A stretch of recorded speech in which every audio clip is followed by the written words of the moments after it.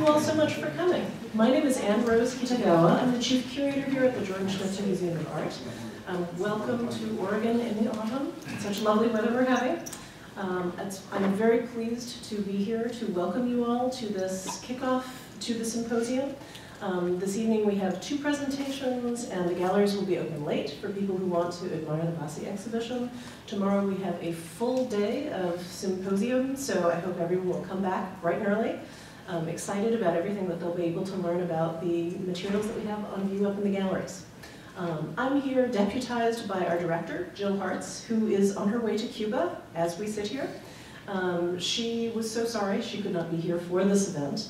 This is a show that we are all very excited about. For those of you at the University of Oregon, you may realize that this is one of the most ambitious shows we have ever tried to mount, and we feel that it is a grand success that any museum would be very proud to have in its galleries. We also feel that this is a wonderful example of the type of interdisciplinary show that can happen really best at a university art museum. And we're so pleased to have 2 co-curators, faculty members, James G. Harper, forgive me, James Tice, professors in art history and architecture, respectively, who worked for years to make the wonderful exhibition happen that you see upstairs. As a museum professional, I can tell you that every exhibition that happens has years of work beforehand, but this one is really special insofar as there are years and years of research, all of that amazing digital information that you see that really augments the works. And again, as a museum professional, I'm very cagey about how much digital information I want interfering with the public's interactions with their works of art, but I really feel that this show augments rather than interrupts one's appreciation of the objects, and I hope you will agree with me. Please do let us know what you think, because this is a model for our future exhibitions, and we want very much to know what you think of the way that this show is presented, as well as the content of the exhibition. With that, I welcome you all here, and I'm so pleased also in our University Art Museum to be able to present the work of 2 young, up-and-coming scholars. We have 2 visitors here from Stanford University, graduate students in classics and history, respectively. I'm going to have to look down at their names to make sure I pronounce everything correctly. Sarah Murray in classics and Molly Taylor-Polesky in history, who have been working for, I take it, a number of years now on a wonderful project. And in fact, they're going to give us insights into material that has not yet made its way onto the web. So this is late-breaking, sexy news that you can only see here. They've been working on the Mapping the Republic of Letters project, and their presentation here is Travelers to Vasi's Rome, Mapping 18th Century Mobility. With that, please welcome our presenters, Sarah and Molly.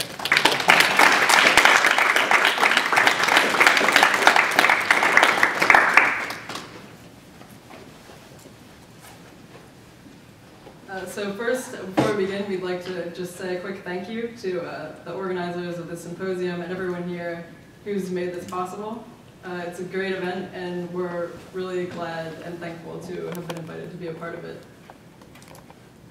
So the purpose of our pre-symposium presentation here today is to introduce some tools that we've been developing as part of our collaborative research project on 18th century Grand Tour travelers to Italy. This project is part of our broader international digital humanities initiative on mapping the Republic of Letters, which is on 18th century intellectual networks. So put simply, our project is about transforming this book into an interactive, dynamic tool that will facilitate analysis and research on the Grand Tour. So first I'm going to tell you a little bit about the book, in case you're not familiar with it, and then Molly and I will show you some of the tools and visualizations that we've been building out of this information. So this is John Ingemel's Dictionary of British and Irish Travelers in Italy in the 18th century. The book is essentially a compendium of every person that is recorded to have been in Italy in the 18th century, every British and Irish person, that is. The information in the book was compiled from the Brinsley Ford Archive. This is just a huge trove of materials that Brinsley Ford, the art historian, compiled during his years of research.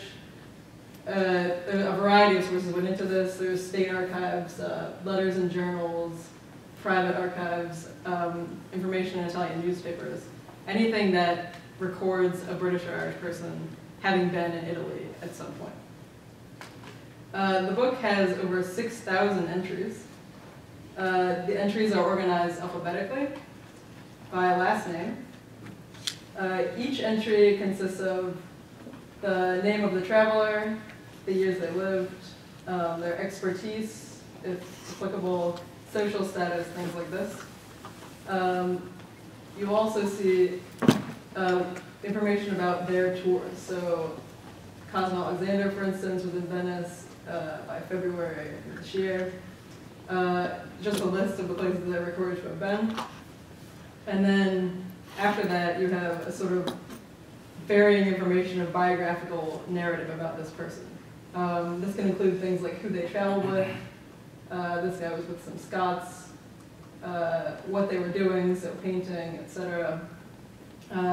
Just sort of whatever Ingemels thought he should let you know about the traveler and their trip.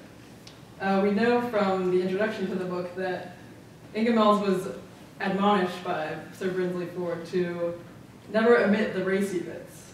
And it's really a great resource and full of these rich anecdotes of the sort of shenanigans that the Grand Tourers got up to. So it's just sort of a fun book to read and to look at.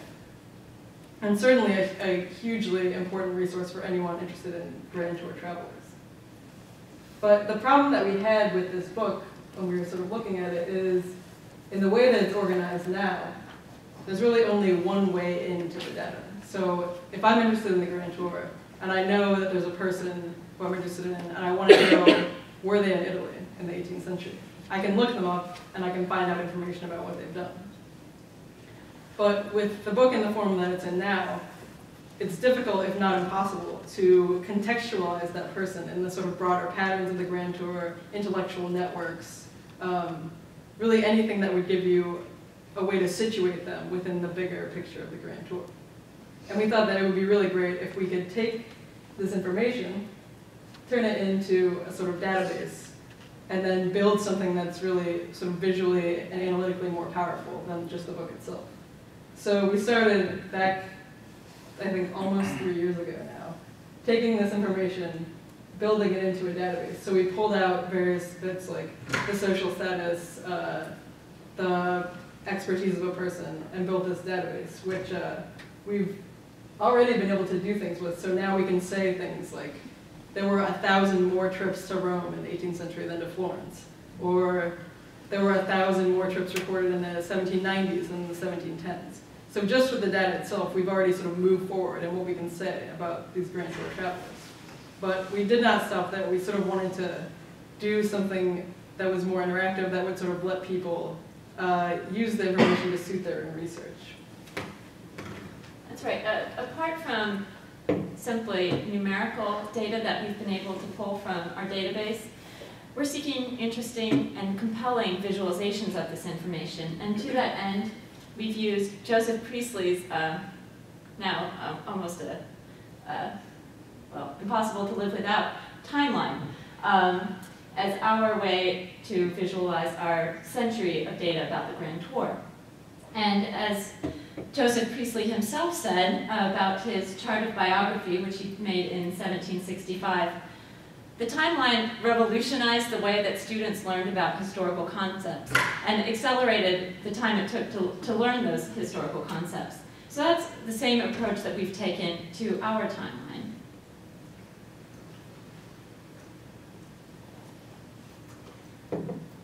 So this is our version of the Priestley timeline with Grand Tour information. Now, as you see in Priestley's timeline, he's recording the length of someone's life. And we are recording the length of recorded stay of a traveler in an Italian city. We've organized this visualization with 2 time registers. The bottom register is a static view of the entire century. So you always have that overall picture of the information that we have about the Grand Tour.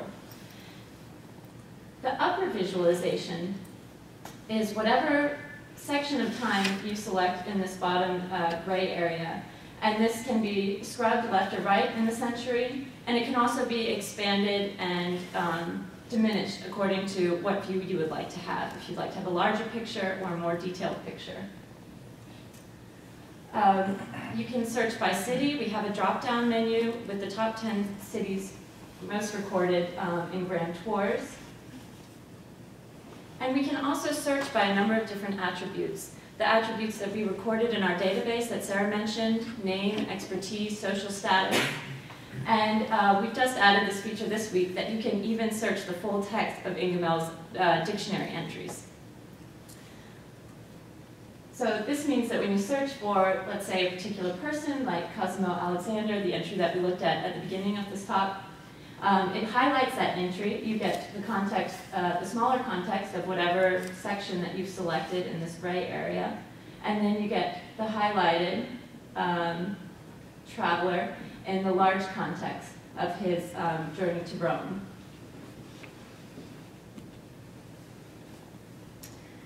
So already, even looking at the individual, we're seeing so much more information than we got out of the dictionary by itself. This is already sort of a totally different way of seeing his tour. But our visualization also allows us, oh, I'm sorry, I missed one important attribute. Here we can get more biographical information of the travelers right off the bat. By rolling over individual travelers, you get their name, age, when they were in the particular city that you've selected, and where that city falls in their Grand Tour. If you want to know even more about that person then, you can pull up the original dictionary text side by side and start to make comparisons and look for details in the text that sort of expand your view of the person in the timeline. So here is where we get to see the big context of the Grand Tour, beyond the individual. And this is really a very new way into the text from the dictionary. And immediately you start to see trends that are impossible to see in the dictionary. For instance, we see a clustering of journeys recorded in the first half of the 18th century to Padua. And you also start to see some of the characteristics of those tours. They're somewhat shorter than the tours we were just seeing in the other cities that were up, Rome and Turin. So this is sort of a question-provoking pattern that we're seeing here. So something like this, a pattern jumps out to you, either a gap or a splurge in travel, might lead to questions for researchers. And here we looked a little bit deeper into the way that the source was collected to answer questions about why this trend happened. Now, the University of Padua maintained a register of visitors, which was very well maintained until right about 1730. And that explains this sort of pattern that we see here quite well. So we're already seeing, you can go from the big macro picture of the 18th century Grand Tour and come down to questions like this, or you can start from the individual, from Cosimo Alexander, and start to see his context in the wider tour. So there are two novel ways to get into the data and start to see different information in different ways.